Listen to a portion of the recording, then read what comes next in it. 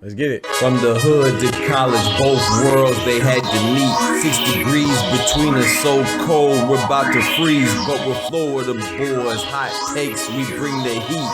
We're moving the culture, the engineers to the streets.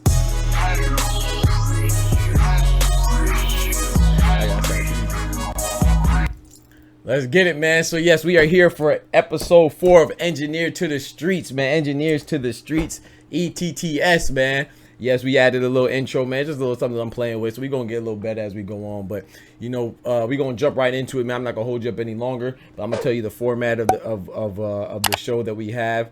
It's, of course, it's gonna be me and my boy, man, Dr. PG, and him himself is Dr. TC. You know, we're gonna get into it. We're gonna talk about a myriad of topics.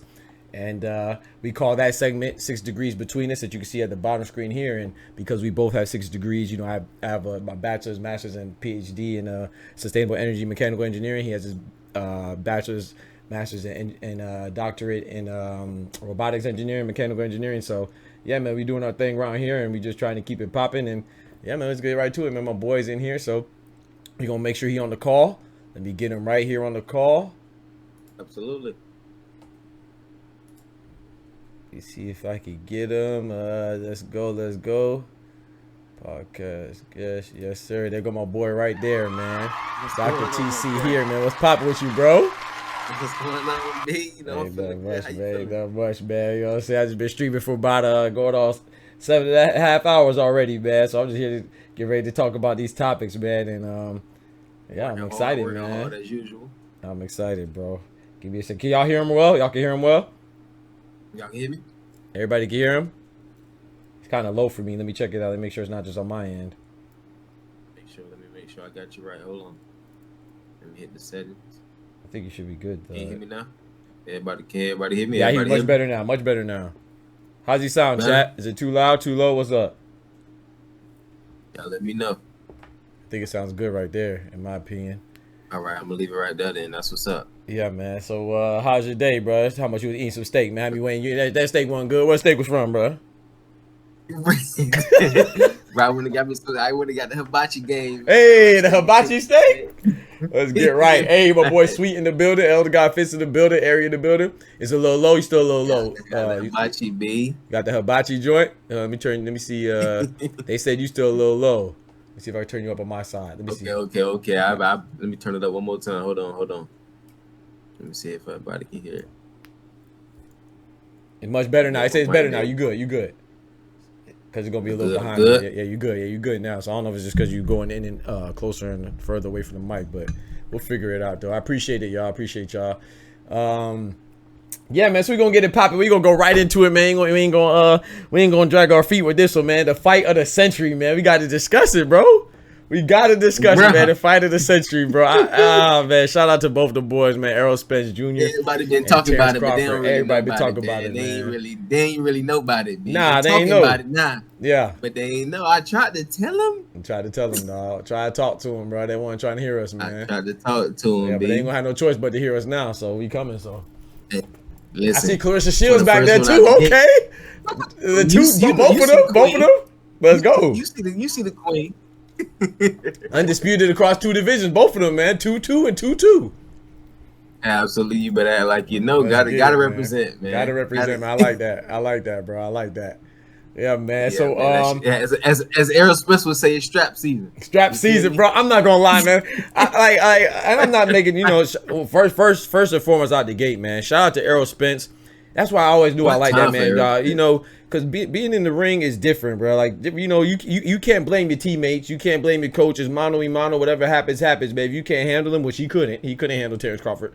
You know what I'm saying? But if you can't handle them, then it's just you know. Of course, your coach, whatever y'all went on in training camp, is supposed to give you some pointers and stuff. But, man, you know, it's just once you in that ring, man, that square circle, it's just you, mano y mano. So my hat goes out to both them Warriors. And most importantly, man,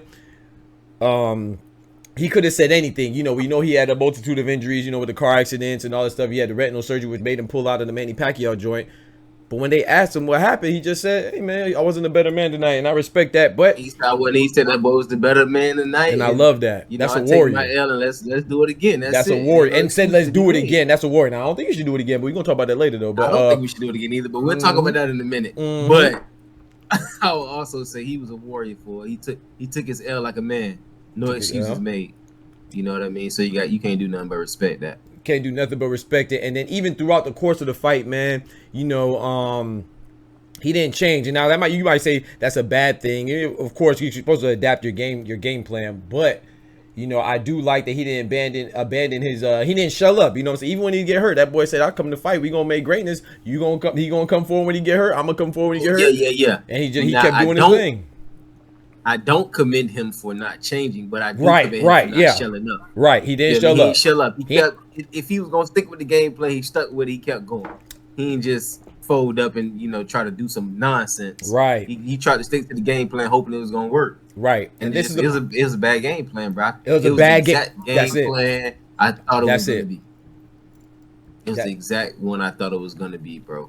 Yeah. Literally, dog. Because like, and to his defense, Errol Spence hasn't really had to change up anything, man. You know what I'm saying? He's usually just the bigger. I ain't gonna say bigger. He's not always bigger, but you know what I'm saying? He just like the bigger as far as imposing his will. You know what I'm saying? He doesn't. Bro, really, listen to this real quick. He fights like the bigger person. Listen to this real quick. I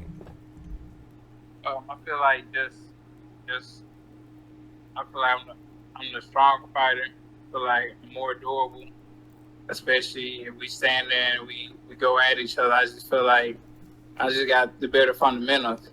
Like in boxing wise, I'm Tim Duncan in boxing. Like I got all the fundamentals, you know, the jab, hook, whatever it is, blocking, whatever. I do everything right. And I just feel like he's just gonna be the better fighter overall. I mean, he has a lot of talent, you know, skills, you know, he can move. It's basically, if I relate it to basketball, it's like Tim Duncan versus Garnett. Bro, that's the exact same thing I said before the fight, bro. Yeah. I said that's exactly what he knew what he was. Oh yeah. I'm a fundamental fighter, bro. But I told you that boy on the other side was magic. That boy make magic, boy, when he move. Yeah. So I definitely gotta commend though, back to what you were saying. I gotta commend my boy Errol Spence for taking it out of the mud, doing it like a Texas soldier. He know what I'm saying? He did his thing all the way Texan. through. Big Texas. Texas. Big Texas. Yeah, man. I just don't like, you know, of course people want to say I told you so and all that, which you know, we knew somebody gonna have to win. It's 1-on-1. Somebody gonna have to win. You know what I'm saying? I just feel like with Errol Spence, man, there people got to give him his credit. And the part where, like you said, you don't commend him for not changing up his style, but that's the part where I blame the trainer because. But now I was gonna say the same thing. Yeah, and so maybe Errol Spence didn't implement. I'm talking to you, bro, because I be agreeing with you too much. Right, exactly. We agree with everything. We always in concurrence. We gonna find some stuff to, you know what I'm saying, debate a little heavier, but with a little more fire. But yeah, man, the train now you could always say maybe what's the trainer's name? Trainer of the year. What's his name again? Derek oh dang, I can't remember the last name. Derek James. You told me about it. Derek. Dang, what's his name? I just forgot his name. I'll pull it up. I'll pull it up. Keep going. But yeah, Derek. He now you could always say maybe Errol Spence didn't implement the game plan that he went over, but there's nothing from the All Access that I saw where Errol Spence didn't look like Errol Spence, and that's good. You want to keep your identity. However, bro, Terrence Crawford ain't no regular. I feel like they underestimated him. I feel like from the camp side. Derek James. Yeah, okay, so I was right. Yeah. So I just feel like they underestimated Terrence Crawford. They just thought they were just gonna outman him, and I think so too. Happen. Yeah. And honestly, what I think they went off of, what I told you, I thought the only common denominator between them was how he handled Sean Porter. Right. You did say that. He felt like because of the way Sean Porter was moving him around, he was going to be able to do the same thing. But he a different type of fighter. I agree. Like I told you, not aggressive enough. You can play aggressive. That's two different things. To be aggressive and play aggressive is two different things. Boy, you playing with fire if you want to act aggressive. Right. Sean Porter aggressive as hell. He gonna be on your ass. He don't care what's going on. He don't care. He gonna be in the middle of a hurricane. He gonna be right next to you. He gonna try to be a twister in the hurricane. He gonna be right there with you. Errol Spence tried to play that game, and I said he gonna play that game and he gonna get burned. He gonna get burnt. I'm telling you, man. But I loved it. It wasn't as competitive as I wanted it to be. No, but it was not at all. It was as action packed as I wanted it to be for the first half. And I'm gonna say, like I tell you, like I tell everybody else, he carried that boy the second half of that fight. I'm glad you said that because my boy Clone in the chat, he said that Errol Spence just got whooped, and he said he don't need to he just don't need to fight that man again, which we're gonna talk about the rematch later. But I've heard a lot of people saying that you feel like Terrence Crawford carried him. I agree, but I slightly disagree. I think because the reason why I think that he carried him for sure, like I feel like he could have really embarrassed him, but I do think when you embarrass somebody and you go all out, you have to open up too. And I think that he respected the fact that Errol Spence might have been messed up and outclassed, but that boy's still a gunner, man. All it took was one shot, you know what I'm saying? Now it looked like that boy Terrence Crawford was impenetrable, bro. Like nothing was gonna stop him, or you know what I'm saying, or break his defense. But I still think as a man, as a boxer, he respected Errol Spence's, potential to come back. So I do think that he carried him, but I don't think he carried him like Conor McGregor was carried by Floyd type stuff. You know what I'm saying? Like Floyd could got that man about it. I'm not sure. I think he was being cautious too. You know, he didn't want to just throw caution to the wind. But I do think I'll say by like the fourth round, Terrence Crawford already knew what time it was. I'll say like by the fourth round, that second, especially that second, was that the second knockdown? Like he knocked him down with like 2 seconds left in the round. I think it was fourth round. I was like, yeah, he knew he had no answer for him. He just picked him apart. He dissected. He got dissected, bro. He did, bro. He got dissected. Dismantled all that. He got completely dissected, and I think you're right. He was trying to honor his power and his potential to come back, right, and make a big splash. But I believe at that moment, if the fight was like nip and tuck, he would have been letting it go. I agree. The sense that he had so much control, he was just like, I can sit back. I'm controlling the fight. You know what I mean? I agree with that. You know, I can control the next couple rounds, and when I find a real vulnerability, I'm gonna just knock him down. Kind of like a Floyd, kind of like a Floyd. What you saying? Like how, like let's say against Floyd against Ricky Hatton. Like you know what I'm saying? He probably could have got Ricky Hatton out of there, but he just like, why would I even take that risk? It's not necessary. Yeah. Why would I? Exactly. It's an unnecessary risk. I know at some point he gonna open up, and I'm gonna just give it to clean him. Him up. Right. I agree with that 1,000%. Now I will say this. Now, this is the part where I agree with the carry part a little bit. I do think if they like each other, like you mentioned this, and you was like, man, because they seem like they kind of cool, you know, which I agree. And I do think even though you're boxing, you know what I'm saying, it's you still got love, you know what I'm saying, for somebody. You ain't gonna hug them. Exactly. So I do agree that if they didn't like each other, he would have been up out of there. Oh yeah, it would have been a different story. Yeah, that dog would have came out, boy. I agree with you on that. That boy's face would have been real sore. Bruh. But he let him up the hook. He was like, that's the homie, you know what I'm saying? I agree with that. You know, after the fight, he was like, you know, it's all love. You feel me? I ain't gonna do you too bad like that. I would never do you like that. I agree with that. But he could have had him, boy. He could have hung that boy by his nuts. Oh yeah. Oh yeah. Nah, we done talked. I'm glad you said that, man. After the fight, you know, he said that's my dog got love for. What you think about the rematch, man? After the fight, Errol Spence was right at it, man. He said he wants a rematch, man. What do you think about that? He should want a rematch. I don't think it's a good rematch for him. I don't think that's a good. Yeah, I don't think that's a good rematch for him, and I only say that because he didn't take Terrence Crawford's punches well enough for me to want a rematch. I agree. It ain't even about the fact that he lost.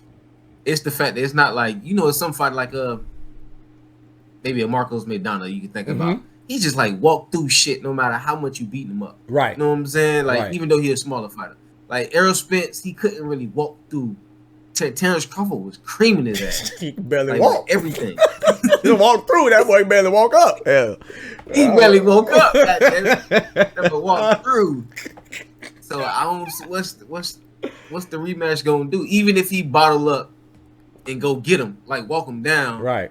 It's still gonna be those same punches that sneak through, and he can't take them. That's what it seemed like the problem is to me. If he could take the punches, it's different. Right. He couldn't even take that shit. And see, I'm glad earlier too. By the way, those of you listening, well, my boy, he played a snippet, a sound clip. That was a soundbite from Errol Spence. That was Errol Spence talking. I think we made that clear. But speaking of Errol Spence speaking, man, I think, like you said, man, he's still going in with that same mentality, and as a warrior, which they are, and any capacity, no matter what capacity of a boxer you are, you're a warrior at heart, because like I said, it takes a lot of guts to go in there, you know what I'm saying, mano y mano, and see who the better man is coming out. But I don't think that he felt like he lost because he can't do anything. I feel like that. I don't think you should feel like that, but I feel like that. Even at 154, I don't think it's gonna change, man, because it's a traditional boxer versus puncher. Not saying that Errol Spence is only a puncher, but like I remember when we were talking about that, I said that you were right there. You were 1,000% right. But I don't know if you remember when I mentioned, I said, man, I think that Terrence Crawford is the more skilled boxer, but I don't think that the reason why I picked Errol Spence because I didn't think that his skills surpassed it so much, or the differential was so wide that it was gonna be enough to compensate for Errol Spence's physical advantage. You know what I'm saying? Yeah. The fact that he was bigger. Yeah. However, I was wrong. You know, I thought they were like here, but Terrence Crawford like way up here as far as the skill gap. But he's right. So with that being said, well, we see it all the time, bro. The better boxer always wins in the rematch. That junk is not beneficial for the puncher. Sergey Kovalev and Andre Ward. The closest fight was the first one. What happened the second one? Andre Ward got him up out of there quick. Tyson Fury, Deontay Wilder. Bro, time and time again, bro. You just took the words out my mouth. You see what I'm saying? Bro, it's not going to bode well for my boy Spence. I hate to see it. Now, I don't want to... to be fair, I think Errol Spence is much better than Kovalev. I think he's much better than Deontay Wilder. However... he's in this outfit. He's still the puncher. He's outclassed, bro. 154, 165, 122. The car crashes. Yeah, man, you got to take that into account too. That's a big deal. My boy Herbs, yes sir. Them car crashes take a lot of shit out of you, boy. You don't think about it like that, right? But so they even shake up the way that your mindset is. Facts. You know what I'm saying? Facts. Because you so vulnerable in those few seconds. You know, I had that big ass car crash. Yeah. You so vulnerable in those few seconds. Like, you know, it's easier to keep pushing the edge when you've never been that close to it, if that makes sense. Oh yeah. You know what I'm saying? Facts. So you keep pushing through, a bitch punching through you when you ain't never really been shook up to the point where you feel like, damn, I might not feel the same after this. Right. But when you've been through some shit that you don't feel the same afterwards. Yeah, it make you start thinking about how shit affecting you in the moment. That's a fact, though. Like you getting hit in the face, you be like, "Damn, boy, he keep hitting me like this. I gotta guard a little more because he keep hitting me like this. I might not feel good. You know what I'm saying? Tomorrow or next week. Right. You don't really think like that until it happens. So them car crashes take something physically, but that shit takes something mentally out of you too. For real. So I agree. So I think we're on the same accord right now. We both don't think you should have a rematch. You know, I don't care. Like 154, like you touched on, man. It's not that wide of a gap to make that significant of a difference to me. However, I was listening to Sean Porter today, and I agree with him, man. He was like that he can't count Spence out, and I do think he can make adjustments. And I don't think that there's adjustments to be made. Right, and I don't think that Errol Spence went in there with the mentality that he would have to this one. So there's stuff that he could do. But like I said, which is a major mistake. Which is a major mistake in any fight. Right. And I just don't think it's, you know, because it's once again it's giving the boxer more time, and Terrence Crawford's a better boxer, so he's not like he's just gonna sit idly by and not, you know what I'm saying, not study you more too, you know what I'm saying, and get, you know, so, you know, I don't know, I don't think the rematch is even necessary, you know, but I wouldn't mind watching it, you know, I'll definitely watch, because this was a great fight. It was one-sided, I think one of the main. Let me say this. I don't want to see a rematch, but I could see a rematch going drastically different. Right. With the right amount of training, because I believe the biggest mistake Spence made was feeling like his outside fundamentals is what he was supposed to depend on. He never used any of his size. He never used any of his actual physical advantages at all. Right. He never got close before he threw a punch. Right. He was lunging. Okay, so this is my question. He was lunging. He was repeatedly lunging. Right. He was doing fundamental long jabs. You know what I'm saying? Regular jabs from distance, not knowing he needed to extremely close the distance to fight. I agree. However, he's not a person you can fight from that far. Now, I want to ask you something. Now, the second round, I think we both would agree that was a flash knockdown. He wasn't in danger. I think it showed something, you know what I'm saying? It gave some hints to what was going to happen, what was going to transpire for the duration of the fight. But I don't think anybody in the arena thought he was hurt. Even Terrence Crawford, when asked in the post-fight interview by Jim Gray, he even said that was just a flash knockdown. However, that was very telling, man. Remember, he got caught over the top of his jab. That was the first knockdown. I don't think, you know me. I don't think that was a flash. Oh, you think it was hurt? You think it was hurt? No. Hell yeah. No. Listen, what did bro? I told you from the jump, his problem is going to be. It's a problem that's the main problem in boxing. It's not that he's hurt. It's that he didn't see the punch coming. That's right. I agree with that. No, it's not like a. Oh, I threw a punch and then I see it coming, but I'm off balance and he hit me. No, I threw a punch and then I looked up and I was on the ground. No, I'm not like, oh, my mind hurt. That's not what I mean when I say he hurt. Okay, yeah. But the punch hurt him. Like, he was like, oh, shit. Right. I think it put him on notice. Where did that just come from? Right. It's not like, oh, I just slipped or he just kind of caught me off guard. I knew it was coming. That's what I mean. When a flash punch is like, oh, I throw some shit and I'm like, oh, man, I'm off balance. He threw a punch and had no clue that punch was coming back. Right. That's what I mean when I'm like, yeah, right. Okay, so I agree with that. You can say it's a flash knockdown, but it's not like a, a flash knockdown is kind of like it's early.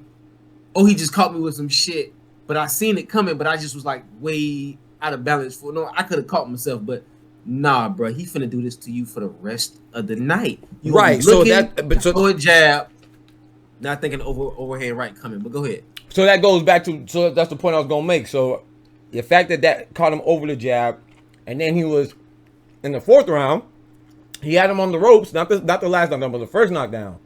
He got in close and he caught that little short cross between a hook and an uppercut and dropped him. So, and then if you notice, he kept lunging ever since then. So I feel like with that, it's not that he didn't know that he had to get in. It's just that I don't think he knew how to get closer. That's my point. Right. So we're in agreement. Yeah. You're right in that. Right. He didn't know how to get in there. He knew he needed to get in there. Yeah. But he didn't know how to deal with.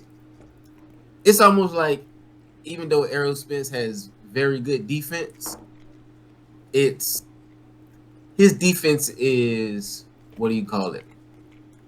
It's damn, what's the word I'm looking? It's not camouflage. The opposite of camouflage. It's obvious. His defense is exactly what it's gonna be. Okay, I agree. You know what I mean? Like, he don't know how to come in and show like it's an opening, but know that a punch gonna come at this opening. You know what I mean? Like, if I got an opening here, I know he might throw me a punch here. It's like I just left it open and bing. I don't know who the fuck the undercard was, but that's kind of what it reminded me. Who is the fuck the undercard? You know what I'm talking about? Isaac Cruz and Cabrero. Yeah, Cabrero, like he just kept waiting to get hit. Bro, don't talk about that, man, bro. Bro, that had to be the worst boxing stance I've seen in my life, bro. He got Deontay Wilder. The man had a wide stance. His hands was down and he was stiff as hell. I ain't gonna lie, bro. That just made me pick up the gloves again, bro. Ain't no way, bro. I seen that dude Cabrero, bro, that Italian stallion, bro. Go sit your ass down, boy. You was looking bad. I couldn't believe this man was up there fighting. Man, Pitbull Cruz tore his behind up, man. He did, bro. He did. He got a chin though. He got a chin. No, he got it. I gotta give credit where credit due, because he's a warrior, and he got a chin though, boy. That boy got a mean chin. He had a real chin. I don't know how he survived that, but yeah, he did his thing, man. So yeah, yeah, he was. But it was the same. It almost was like that was a precursor to. It was the same thing on the elite level. Yeah. So Errol Spence wasn't that exposed. Of course not. Right. Hard. You're right. You know what I mean? Like, damn, bro, your guard should have been up. Like, even if you're getting hit, usually right then, you get hit on the glove. Right. You're getting hit flush. Right. With everything. You flush with everything. Right. Exactly. That shit was like, that was Arturo Gotti, Floyd Mayweather, bro. Facts. Yeah. Oh yeah. Down there. Yeah. Spence looking like Gotti. Rest in peace, Gotti, man. But yeah, we're on the same accord as far as a rematch, man. We got to crown that boy Terrence Crawford, the undisputed, man, undisputed champ, man. First one with in the 4-belt era. big things popping over there, man, out in Omaha, Nebraska. But I want to get Yeah, over first two-time undisputed champ. Yep, first 2-time undisputed champ and the first one in the at the welterweight division. So shout out to him, man. Yes, I gotta represent, you know, for the undisputed. Yes, sir. I love Men that, and man. women, Shout out to you know what I'm Clarissa, saying? man. Put some respect on Clarissa Shields now. I love that, man. And I was watching. Herb said he said he should retire before he messes around and dies. And he said he's not trying to be funny. Yeah, because people do die in the ring. So that brings me to my next point with Errol Spence and his injury, man. I've been seeing some accusations talking about he was cashing out on his on the fight, you know, because before his eye injury gets too bad. And I was like, you know what was real what really had me wondering, first of all, shut the fuck up. First of all, the people that making those accusations, shut the hell up. Them niggas just mad that they put money on Errol Spence and they lost. That's all I gotta say to them, man. Shut the hell up, man. Because they, you know, if Errol Spence, you know, if Errol Spence would have, like, it's like people don't know what they want, in my opinion, man. If Errol Spence wouldn't have taken the fight or something, they would have said, the same people would have said, oh, he ducking. But then he takes a fight despite his injury. Now they say, oh, he's cashing out. Oh, he's doing wrong by the people. Man, the man went in there as a warrior and he fought. He thought he could do it. He had the same, he was injured when he fought Ugas. He overcame that. Not saying Terrence Crawford is Ugas, but you know, he did it the right way when he thought he really needed surgery. He pulled out of the Pacquiao fight. That's how Ugas, or Dennis Ugas, got to fight Pacquiao. So it's not like, for people to say that, bro, it's just very selfish. You know what I'm saying? I'm sorry that you put your mortgage on Spence and you was wrong. That's a risk you take, bro. He ain't hit you up personally like, hey, can you bet on me? That's just how you just saw that you lost your money, bro. Terrence Crawford and Errol Spence could have went either way. Shut the hell up, man. That man ain't making no. And if he did, and if he is cashing out, he's a boxer. What's wrong with cashing out? You're supposed to boxing. You're supposed to cash out in boxing. You buy. He's a. They want you to die on the cross, bro. I don't know what they want, bro. People just they can't be happy, bro. They want you to die on the cross for him, bro. The man can't make as much money as he's supposed to off the career that he done made to make you happy. Come on, dog. Like, what do you want, what the hell? Ain't you at work trying to cash out? Yes, right bro. Right now. So I got to give him the benefit of the doubt. Get a slip and fall right now. Right, my neck and my back. Right, workers comp like a mug. So I just want to tell him to shut up, man, and respect these gentlemen, bro. Like, he pulled out of he got retinal surgery. He pulled out of the Pacquiao fight. That would have been his biggest payday. You know what I'm saying? So let's give people the benefit of the doubt, man. I think he thought that he could overcome Terrence Crawford just like he overcame Ugas. He was wrong, severely wrong, but I think that's what he thought. And I want to mention Riley Shane from the YouTube, man. He said that Spence won't be the same after the fight, and I agree to a certain extent. I think that like I said, I lost my train of thought. I was talking about the people. So I remember, I don't know if you remember at the beginning of the 4th round, or was it beginning of the 5th round? And one of them, I think it was beginning of the 4th round, the doctor came out and checked his eye. And that was very telling to me that I indeed think that he was, you know, he was very weary about that, because at that point his eye wasn't swollen yet. He took a couple hits, but it wasn't anything to be worried about unless there was a you know what I'm saying, there's a precondition there before the fight. So I feel like this is something that they was kind of worried about. The doctor came to make sure, check on his well-being. And that, to me, lets me kind of, I feel like, gives me the impression that, you know, he's not 100% at least confident in the fact that his injuries have healed right, but I have healed back correctly. But who is, when you have a major injury, you always gonna have that in the back of your mind. You know what I'm saying? Paul George, everybody. I agree with you. I agree with you, but I definitely agree.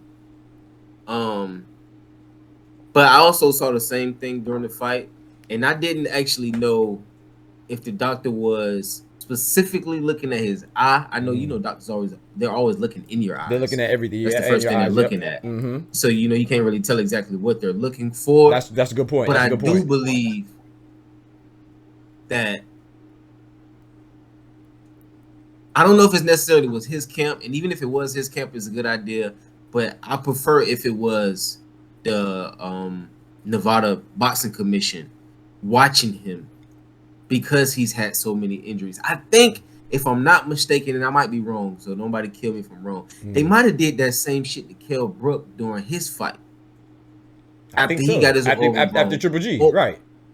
Yeah, after that fight, like in the midway through the fight, like before a round started, right, or after it stopped, they looked at him just to make sure, because that's a big ass injury, right? Right. Like, have your orbital bone broken, right? And I think they were just trying to check, because he was already taking a lot of damage. Oh yeah, they was like, bro, can you see? Are you good? Like, this not really what we expecting. Right. And I do believe somebody kind of already brought that up, and it was kind of already heightened. Yeah. Like, and I just, you know what I'm saying, being a good guy, quote unquote. I would hope it was just the Nevada State, Yeah. you know what I'm saying, I hope so boxing too. commission doing their job. I think so, they though. should be looking at him like that. Right. You know what I mean? But that's a good point that you make a Good. distinction between the team doctor and I do think there was a Nevada boxing commission doctor. However, I think they do that because, like you said, like you already talked about, the medical records and the history and stuff like that. So I absolutely. So they already worried about it. That's the same. Right. Yeah, exactly. Right. Yeah, I agree with you. But it's just, I feel like it was probably still disclosed, you know what I'm saying, throughout camp. Oh yeah, I definitely think he was disclosed during camp. Shit. Yeah. I would hope that somebody was watching him throughout camp to make sure, because shit already happened one time. You know, it was a sparring session or something crazy. That's what I was going to say. I feel like it happened during the sparring session or something. That's exactly what I was going to say. But yeah, so I don't know, man. To me, that was very telling. I think that his eye is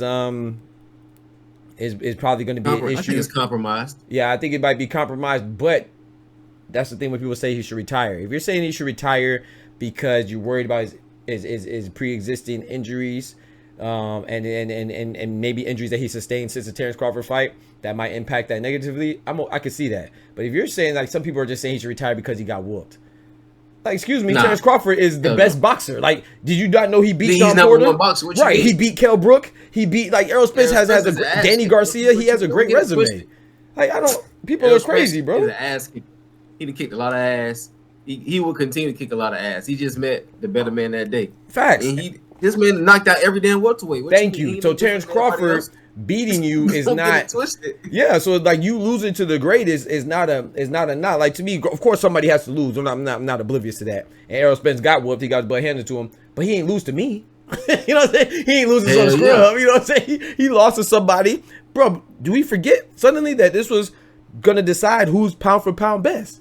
So even if Terrence Crawford would have lost, Terrence Crawford suddenly retired because he could beat Errol Spence? No, like, these are the best at their craft. Shout out to them. Big salute for taking the risk. They could have avoided each other because it's well documented that Errol Spence wanted to move up anyway.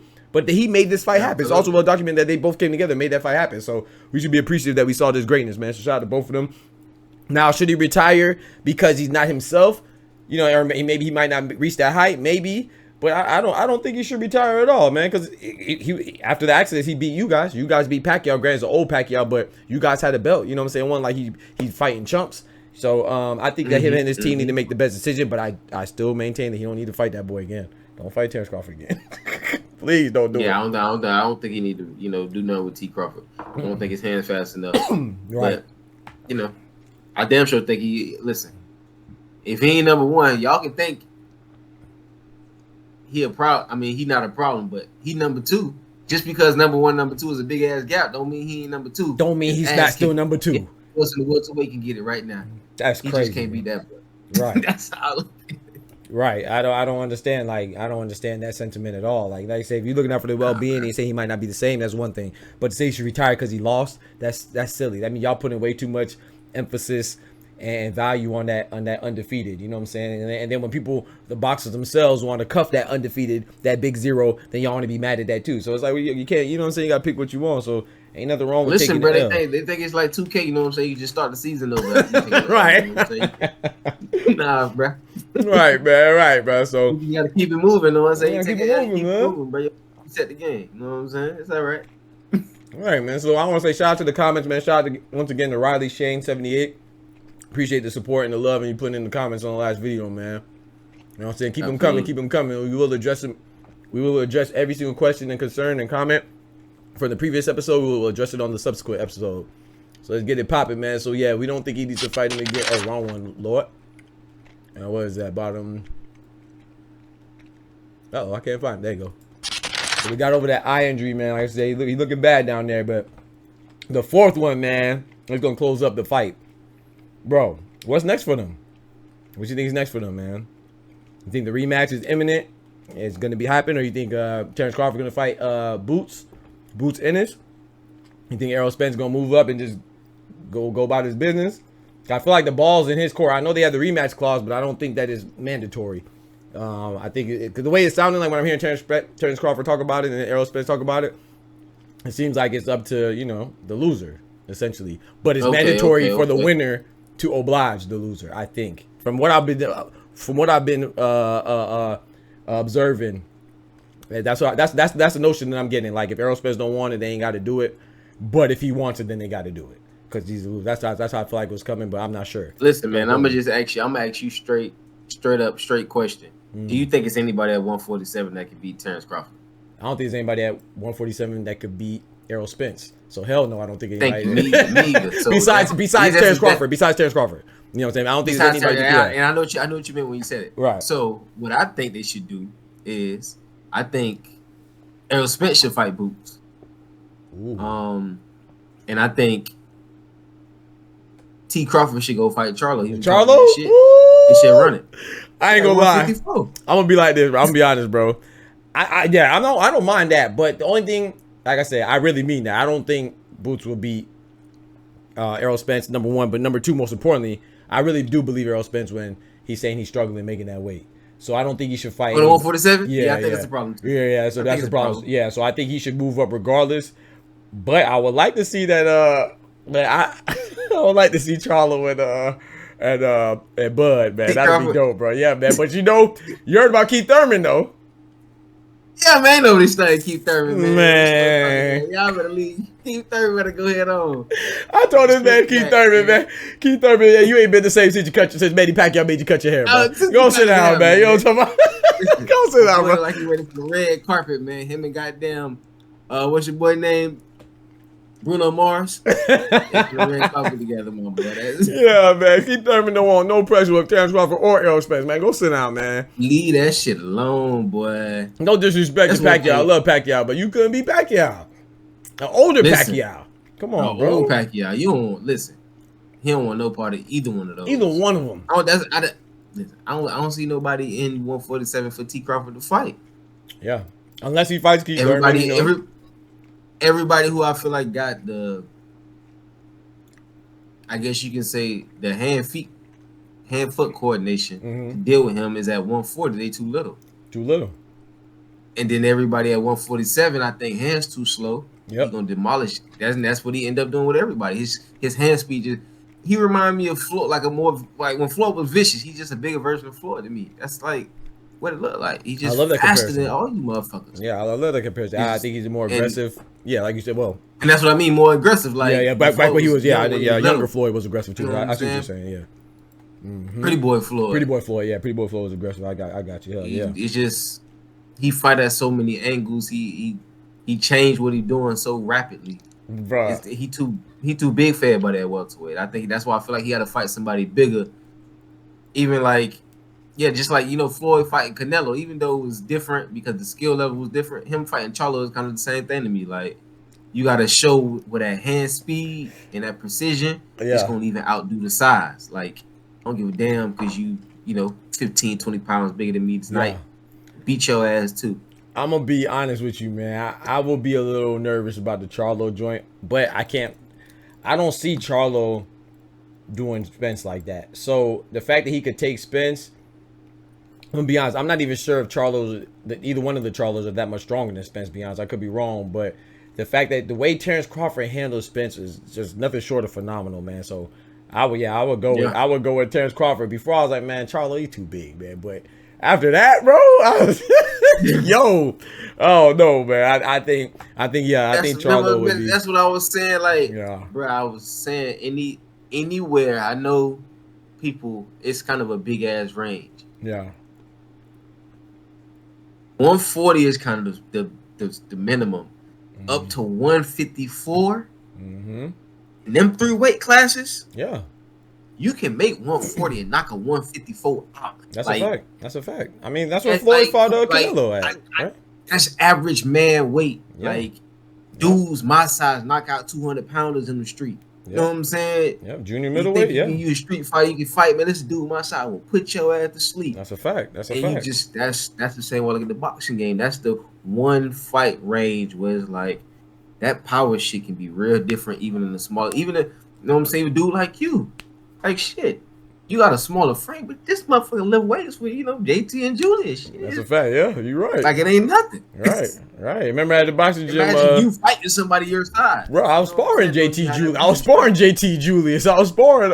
Exactly. Yeah, that one. Remember that one football player, man? I can't remember. He was a linebacker. I can't remember his name right now. I played for North Carolina, man. The Panthers for a little bit, man. But yeah, I was sparring with him. Big heavyweight, man, in the gym, man. Yeah, I used to spar with because I was kind of too big for the people that were quote unquote my weight class and stuff. That's the same thing. No, you're right. I feel like T. Crawford right now, he's too big, so you got to just go up and get him a little, size to beat on a little bit. You're right. I agree with you, man. And the way the Charlos get slapped up by everybody, man, you know, might as well have Terrence Crawford do it in the ring. Let me get in. Yo, Caleb Plant slapped that man up, bro. That's crazy, bro. He was dead wrong for that, my boy. Man, tighten up. Don't be putting your hands on nobody, man. Boy said, I told you touch me again, man. I'll put hands on you. Slap this. Yo, man, that joke was loud too, man. But yeah, so I think Keith Thurman need to go sit down. I'll be interested. You know, of course, I'll be interested because I'd like to watch it, but I don't think it's necessary. I mean, Keith Thurman, he a good boxer, man. But he's just that's why I really feel like, you know, Boots is kind of the one coming up. He the next thing smoking. It seems like right now at 147.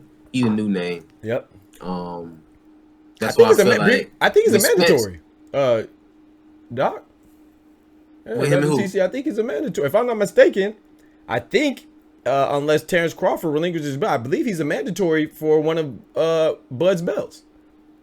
Yeah, and if I was Bud, if I do fight him, it's gonna be for a belt. Yeah, he shouldn't even fight him though, man. I mean, Bud already said it too. He said he got to earn it. I mean, who is? I ain't gonna even, you know, I don't do a lot of capping. Who's his big challenge that Boots Enniston fought?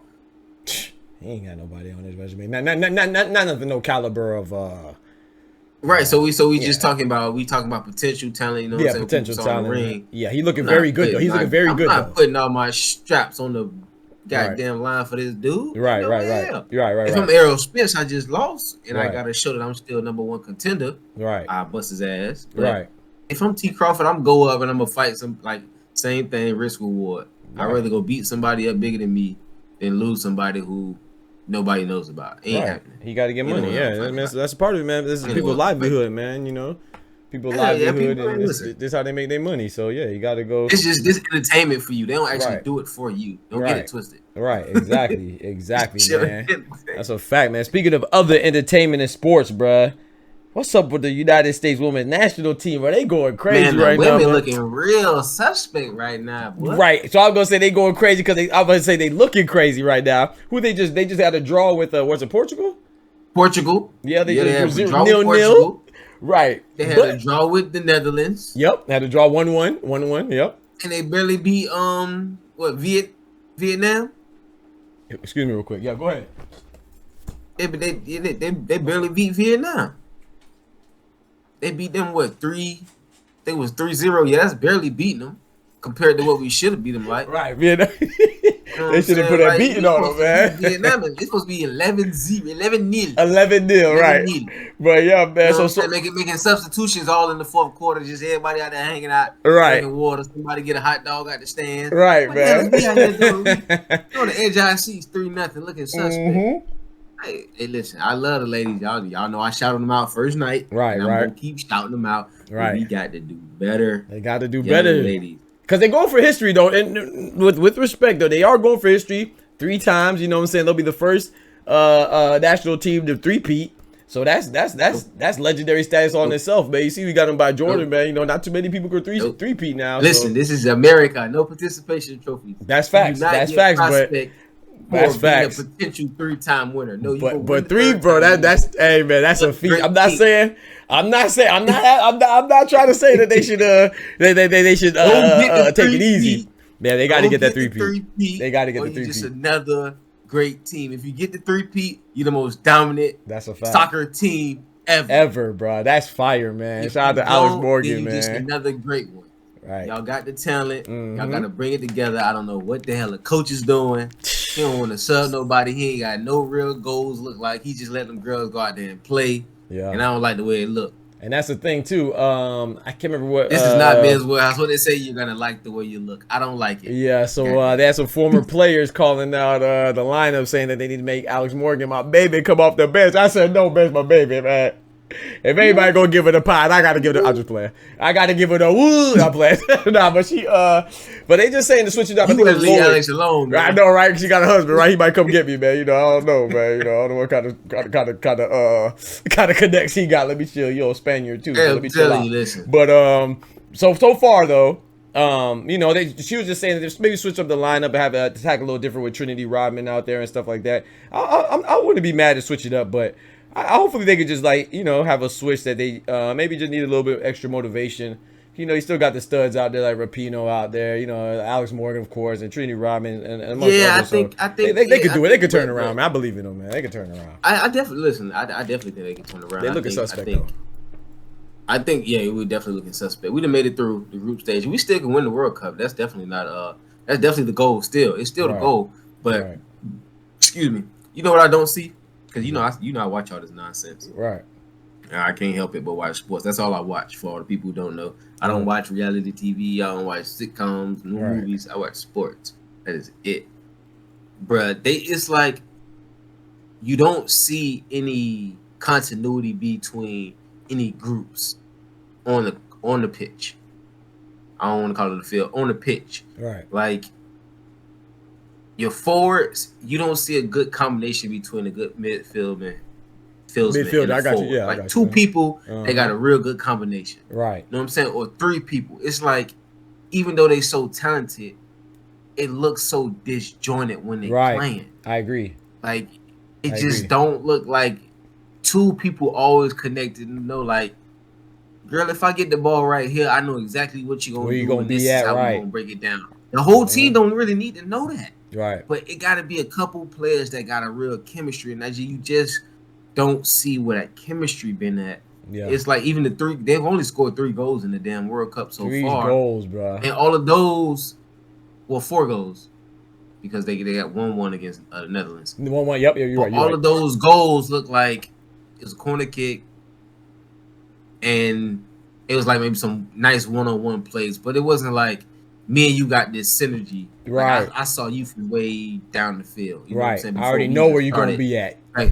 Before we even started back on offense. Right. You know what I'm saying? And I saw that not the first time, but the most recent time I see that was with, even though it's a different level because it's international, like Messi and Busquets in Miami.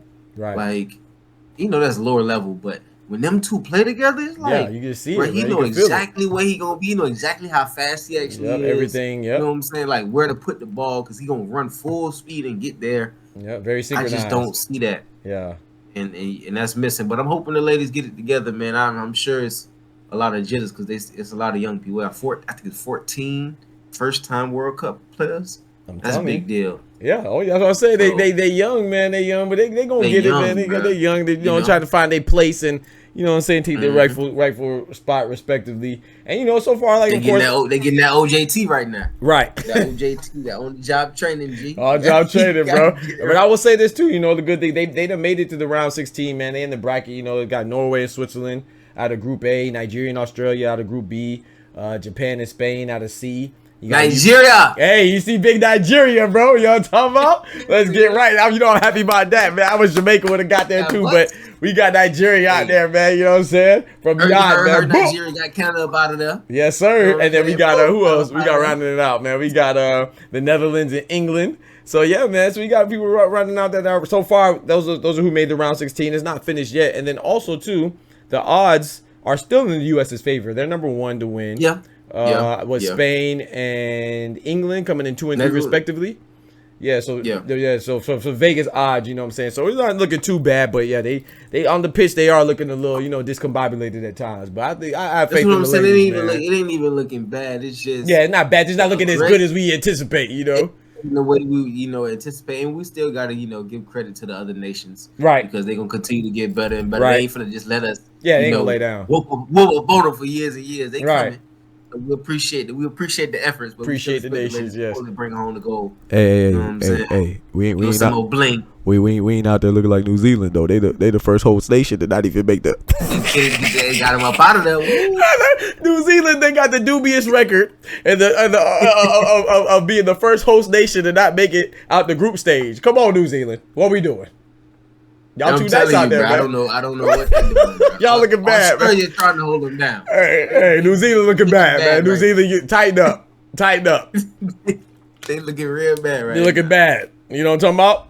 But yeah, man. So let's go US. You know what I'm saying? USWNT, man. The national team. Man. Let's go USA, man. USA. Let's get right, man. Yeah, man. I still got faith. In a row, baby. We need 3 in a row. We need 3 in a row, man. Set a record never to be caught again. Right. You hear me, ladies? Right. Let's get right. Let's get right, man. Speaking of the U.S., man, we got some problem on the U.S. soil, man. You know what I'm saying? One of our big ambassadors, Disney, is going at it with that you know, that crooked politician that we call the governor of our beautiful state, Sunshine State, Governor DeSantis, glass. He still got that title. I don't know. He running for them people. He running for that thing right now. Yeah. Hopefully let that title go. Yeah. You might need to let that go. Go ahead, go for that Oval Office. Obviously, pressure luck there. But yeah, so they're Disney and DeSantis. For those of you who don't know, I'm gonna give you a brief recap of the feud. You know, which involves the LGBT plus community as well. It started over folks. I mean, what's that little law they were trying to establish? The Don't Say Gay law. The Don't Say Gay law, which essentially prohibits sexual discussion, you know, from kindergarten to 3rd grade, I believe. The discussion about sexual orientation and, you know, gender identification, which I do think that there should be a limit, you know, on how old we introduce people to these things. But, you know, anyway, the way that they go about it, I think is just wrong, you know what I'm saying, being from a legislative standpoint. And yeah, so that's where we are. That's how we got to where we're at now, and which is also translated over to the woke war and all that stuff between Disney and DeSantis, you know, with Disney trying to you know, incorporate more diversity from an ethnic standpoint and coloration in their movies, which I think is dope, man. You know, nothing cooler as a kid to see. Of course, you look up to heroes and stuff like that, but if you're a white kid, it's cool to see Superman, Clark Kent. You know, you identify with a white male.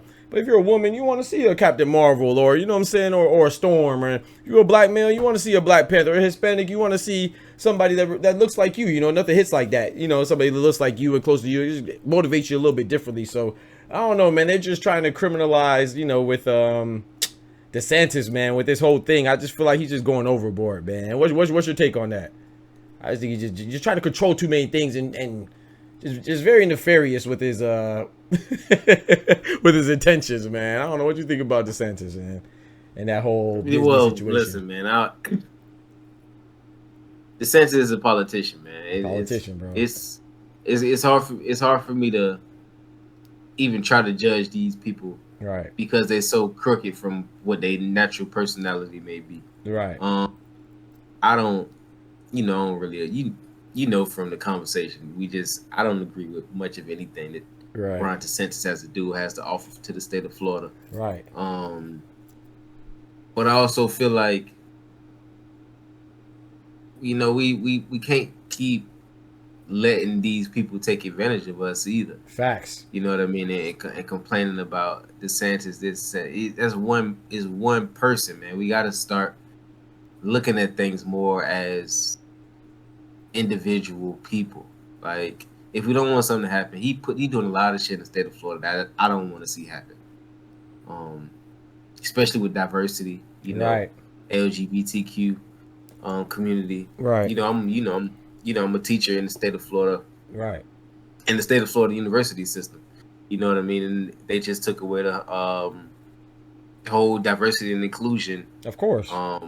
Representation for the state at all. You know, that's been taken out. So they can't even address that from having an office for diversity and inclusion, or having faculty or employees that dedicated to that. That's no longer part of the state of Florida. You know what I mean? That's why you got to vote locals. Vote locally too, man. Not just national. Like, you got to vote locally too. You got to vote local. You got to vote local. Vote nationally. Right. All that. That's all. That's all. To me, that's all good, man. And I really believe in the whole voting process. You know, I vote regularly. You know what I'm saying? We put a picture up next time of us voting. You know what I'm saying? With some stickers on. Right, exactly. But you gotta do more than that too. you got to do more than that, dog. It's just, I can't stand DeSantis. I can't stand the shit he talk about, the stuff that he stand for. But I've also never been the one to just sit around and complain about what somebody doing to me. Right. You know what I mean? I found ways to do things about it. You're right. Which is, one of the reasons why I am a teacher in the first place. Oh, professor. I ain't no damn teacher. I'm a professor. Yes, sir. Got that PhD. Big doctorate. Reason, yes, you know what I mean? I went to that level for a reason. Right. You know what I'm saying? To help change it from the inside out. You provoke change from the inside out. So, as much as I can't stand DeSantis and the nonsense he stand for, I don't know if you remember, it was now almost 7 years ago. You remember we was chatting, we was in the chat with the homies. I don't know if we was on the chat or on the call. It was talking about Trump becoming president. We were I don't remember who was having a call. I think we was having a call, like back when we was just doing regular calls. On the Vox. or Voxer, whatever you know what I'm saying? I was like, Trump being president lets a person like me know anybody can do it. That's a fact. A lot of people look like, oh, you know what I'm saying? I had white supremacy, white power, this, that, and the third. Oh, they got this power, they got that power. Listen, man. If you can be that person and become the president of the United States, I don't give a damn what color you is. Yeah, but some people do. There's so much power in the things that we as individual people can do. So as much as I can't stand DeSantis, we supposed to do what we doing now, sit and talk about that shit. You know what I'm saying? Get more people educated. Right. So I ain't gonna sit around and talk about that nonsense, that bullshit that they doing. They pulling books out of school, this, that, and the third. I'm gonna keep educating mine. You know what I mean? Exactly. I'm gonna keep pushing for it. I'm gonna be the one, like, Harriet Tubman. We sneaking the books. You know what I'm saying? Making it. We gonna work around all this nonsense. No matter how many gates they keep putting up in front of us, we gonna make it happen. Right. So he's just another gatekeeper. He's just another gate, and he know he wrong though, because a latest update I was reading in an article, man, and he requested immunity from the litigation of the legal battle between him and Disney in light of the woke wars and stuff. And Disney, they rejected that request, man. Yeah, I know. You started it, bro. Now you in this now, bro. You done brought us in. But those of you that are not too familiar, I'm talking to the audience now, man.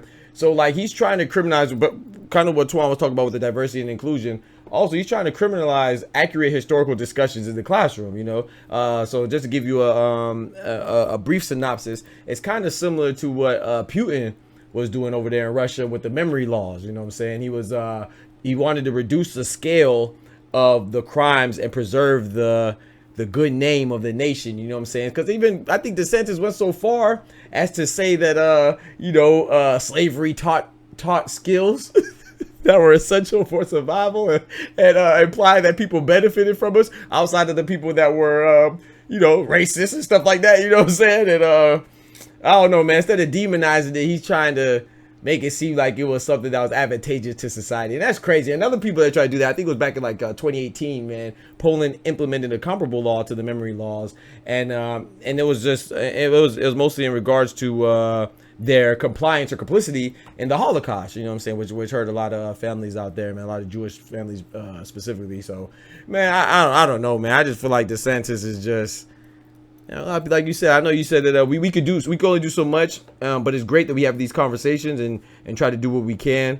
But at the same time, man, we got to acknowledge it and just be aware of these things that are going on, so we could put some value into who we vote and why we vote. And not saying that you have to have full belief in the judicial system, but that's or the electoral voting or however it is, however you want to look at it. But it does do something, and it does reflect some of these policies that are implemented or some of these policies that are invalidated or removed from society. So I do think this stuff is important. Absolutely. But man, it's bro, this is just funny, bro. I gotta get up out of Florida, bro. Tourism went down as a result. Oh yeah. Tourism went down, bro. Listen, he driving everybody out of Florida that ain't got pensions from 1960s. That economy taking a hit, bro. You see ESPN, that's Disney, bro. They just laid off Mark Jackson, bro. Good old Mark, bro. They giving everybody the boot. Mark Jackson, Jeff Van Gundy up out of there, bro. That's crazy, bro. You gonna get rid of Jeff and Mark, bro? I think Jalen Rose going too. Jalen Rose about it. He was out. Yeah. Jalen Rose and Jeff Van Gundy were let out the same way. Andre Ward out too. Andre Ward about the one lady for the football. I can't remember her name right now. God forgive me. She up out of there. But Mark Jackson just happened either today or yesterday. Most recent, man. Damn, yeah, man. And I'm not saying that there's not other things that I didn't even know about Mark Jackson. Yeah, but there's other things that influence that as well. It's not just tourism, but I'm just letting you know that like there's other stuff, other factors and stuff too. It was the current state of the economy, that does influence YouTube as well. YouTube and other platforms that are giving ESPN some trouble, run for their money and stuff like that. But yeah, but definitely these governors, man, they not helping, man. People see it and want to stay away from Florida, bro. Sunshine State ain't too bright right now. Ain't shining too bright. Bro, listen. With that dude, but we done had a couple dudes like that, man. What? Just, of like course. bad people. Of I mean, course. it's a lot of bad politicians in Florida. A lot of corruption going on, Politics, especially down in the South Florida area. You know what I'm saying? South period. You know what I'm saying? They call it. Mm-hmm. But like I say, it's not even. To me, it's not even about the stuff that DeSantis is trying to do. It's about the shit that people are allowing to pass. Yep. And how they find ways to try to justify these type of things. Like ignorance is like not an excuse. About the book, you know what I'm saying? The books, like books being taken out of schools and the way that people want to look at America. Like my question to them is, I just don't really understand what's this fake utopian view that you're trying to portray on any place. Right. Like why since when does the negativity that has happened or going, that's my biggest issue with with white America, as you want to say it, if they want to call themselves on that side of the coin. Like, why are you so reluctant to deal with the negativity that has going on in your family, that you just can't face it and rectify it? Like, I ain't talking about reparations and all type of other shit, but in any capacity though, don't have to be something as drastic as reparations, but just acknowledgement to learn about it correctly. Let's get the historical accounts correct. What world y'all living in where everything is utopia, where you can't talk about the past issues and learn how to grow from them? Why are you running from all of your problems? And then talking to other people about how they're supposed to face their issues. The lack of accountability, bruh. It's like, feel guilty, man. That's what I'm saying. Not even their guilt all the way. You know what I'm saying? This is your time to fix it from your ancestors. To hold, unless you somehow still holding on to it. Exactly. Even if it's not your guilt, right? How could you possibly tell me to face my issues, right?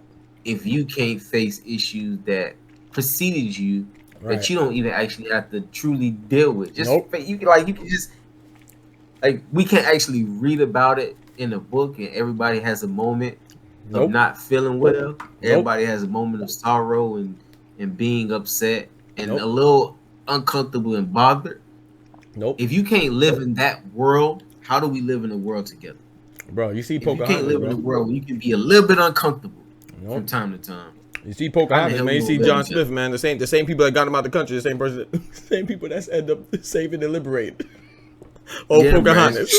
They can't do it, bro. They can't accept that villainous role, man. They want to do all the bad things, but they get all the good credit. Certain people, not all of them. You know what I'm saying? We love all our brothers and sisters out there, especially our black brothers and sisters. But we love we love especially our white brothers and sisters. We love especially our Hispanic brothers and sisters, our Asian brothers and sisters. You know what I'm saying? Love everybody, but we do have to talk about this stuff and to try to conceal that, to not even be able to be taught by people that are supposed to be qualified to teach these things and have these conversations. It's just crazy, man. That's not the right way for society to go in any societal infrastructure, man. My thing is, I'm gonna just go ahead and close it with this. Go ahead, y'all go take all the books. I want all of them out though. I don't want to teach no history. There it is. Teach no social studies. Nope. I don't want no motherfucking civics. Nope. I don't want to teach none of that. I don't want to teach about no wars. Yep. I don't want to teach. We'll take it all out. Take it all out. Science, technology, and engineering, and mathematics. In every classroom, take the rest of that bullshit out. All the humanities and arts. And we good. I'm good. I'm cool. Take all the black slavery shit out. We'll take it all out. If you're gonna take it, I want all of it gone. I don't want to hear about no president. All the history. I don't want to hear about no wars. Nope. With this country, I don't want to hear about none. I don't want to hear about no ships we used to build or no motherfucking how the economy went, old depressions. No, fuck all that. Let's talk about today and keep it moving. If that's what y'all want to do. Yeah, you can't just pick and choose. Let's do it like that. Yeah, I agree with that. You can't pick and choose, man. If you're gonna exclude some things, then you can't include the others that are beneficial for what you believe in or what you know what I'm saying, what your values are, man. You gotta embrace all of it, man. That's how we get better as a people, you know what I'm saying? So Yeah, man, we're going to go ahead and close it out, bro. Unless you had anything else you want to add, man. You know, we just had to talk about I'm good, my boy. I'm good. You know what I'm saying? Good convo. Hell yeah, always, man. Let the people rest. Yeah, that was a lot of information. But yeah, man, we not just limiting ourselves to sports, man. We talk about a lot of things, man. We're fully functional adults, man. I got my PhD in engineering. He has a PhD in engineering. We both worked in academia. You know what I'm saying? We tiptoed around industry a little bit too, man. So all these things impacting us all. So that's how we all get better. We're going to discuss the hard topics. We're going to discuss the easy topics, the fun topics, the not so fun topics. You know what I'm saying? We're going to tackle it all, man. But as always, as you can see right there, man, send all fan mail with questions, comments to engineearstothestreetz@gmail.com. Make sure in the engineers, the last part is EARS, like ears, you know what I'm saying? Engine, then ears. That's how you get it right, man. Send it to us. It's right there on the screen for you. And we will address all comments and questions and concerns. And even if you just want to say, hey, man, you know what I'm saying? Dr. PG, I like your hat, man. Say what we're going to mention on the subsequent episode, man. You know what I'm saying? We try to hear from the people because we're the engineers, but y'all the streets. So let's get it right, man. So I appreciate you, Dr. TC, always coming through. You know what I'm saying? We love y'all for real, man. Everybody always, in the stream. Boy. Anytime. Alrighty, let's get it, man. Dr. PG, we out. Peace. Might be easy. Yes, sir. Enjoy what you just saw? Follow my other socials as well. Don't forget to like the video.